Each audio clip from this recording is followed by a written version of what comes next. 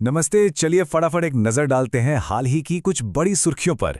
सीधे मुद्दे पर आते हैं और जानते हैं कि दुनिया भर में और हमारे देश में क्या कुछ खास हुआ है। पिछले कुछ समय में दुनिया में इतना कुछ हुआ है ना, तो सोचा क्यों ना एक क्विक रिकैप किया जाए और देखा जाए कि कौन सी जरूरी खबरें चर्चा में रहीं। तो चलिए शुरू करते हैं।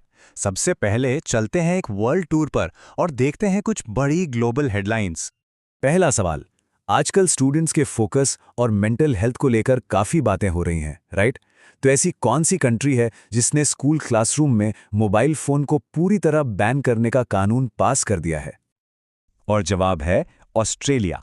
जी हाँ, वहाँ ये बैन मार्च 2026 से लागू हो जाएगा। ये एक बहुत बड़ी कोशिश है ताकि क्लासरूम में डिस्ट्रैक्शन कम हो और बच्चे पढ़ाई पर ज़्यादा ध्यान दे पाएं। अच्छा, अब जरा ट्रैवल की बात करते हैं। हाल ही में किस देश ने इंडियन टूरिस्ट्स के लिए एक नई वीजा वेवर पॉलिसी अनाउंस की है? वो देश है मेक्सिको। इस नई पॉलिसी के मुताबिक अगर किसी इंडियन टूरिस्ट के पास यूएस वीजा है तो उन्हें मेक्सिको के लिए अलग से वीजा लेने की जरूरत नहीं है। इससे ट्रैवल तो आसान होगा ही, दोनों देशों के बीच टूरिज्म को भी बड़ा बूस्ट मिलेगा। अब डिप्लोमैटिक फ्रंट पर चलते हैं। भारत ने हाल ही में अपना नया कॉन्सुलेट कहाँ खोला है? और वो जगह है सियाटल, अमेरिका।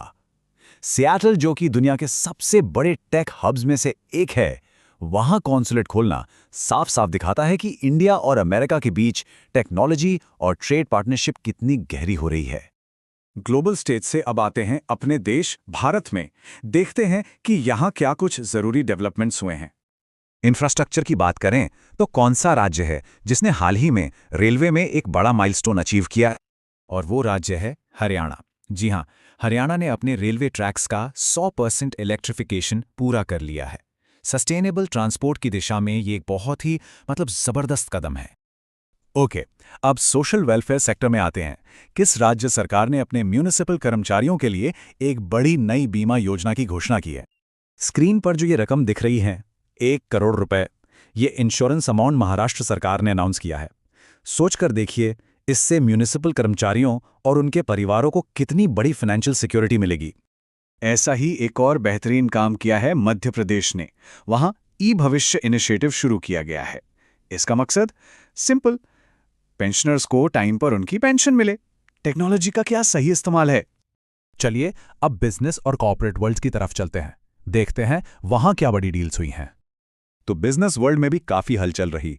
सबसे पहले अदानी ग्रुप को जयप्रकाश एसोसिएट्स के अधिग्रहण के लिए मंजूरी मिल गई है, जो इंफ्रा सेक्टर में एक बड़ा कदम है। फिर भारत पे ने यूनिटी स्मॉल फाइनेंस बैंक के साथ मिलकर अपना नया क्रेडिट कार्ड लॉन्च किया है। डिजिटल पेमेंट्स में कंपटीशन और बढ़ेगा। और तीसरा, इन्फोसिस और मास्टरकार्ड ने पार्टनरशिप की है ताकि क्रॉस बॉर्डर पेमेंट्स को और भी स्मूथ बनाया जा सके। और आखिर में बात करते हैं उन लोगों की जिन्होंने अपने काम से या नई जिम्मेदारियों से सुर्खियां बटोरी। 2 जरूरी अपॉइंटमेंट्स हुई हैं। एस कृष्णन अब जम्मू और कश्मीर बैंक के नए नॉन एग्जीक्यूटिव चेयरमैन बन गए हैं और आकाश त्रिपाठी ने solar energy corporation of India यानी SECI के नए मैनेजिंग डायरेक्टर का चार्ज ले लिया है, जो भारत के सोलर मिशन के लिए बहुत जरूरी है। और अब स्पोर्ट्स, यहां तो कमाल ही हो गया। एक तरफ हैं अजित नारायण, जिन्होंने कॉमनवेल्थ वेटलिफ्टिंग चैंपियनशिप 2025 में गोल्ड मेडल जीता, और दूसरी तरफ नीरज चोपड़ा, जिन्होंने ज्यूरिक में हुई 2025 डायमंड लीग फाइनल में रनर अप पोजीशन हासिल की। दोनों ही एथलीट्स के लिए क्या शानदार परफॉर्मेंस। तो ये थे कुछ फैक्ट्स, कुछ ताज़ा खबरें।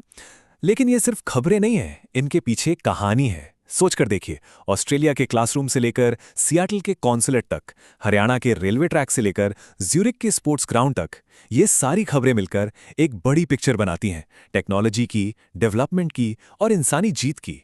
अब सवाल ये है, इन सब बदलावों का अगला चैप्टर क्या होगा?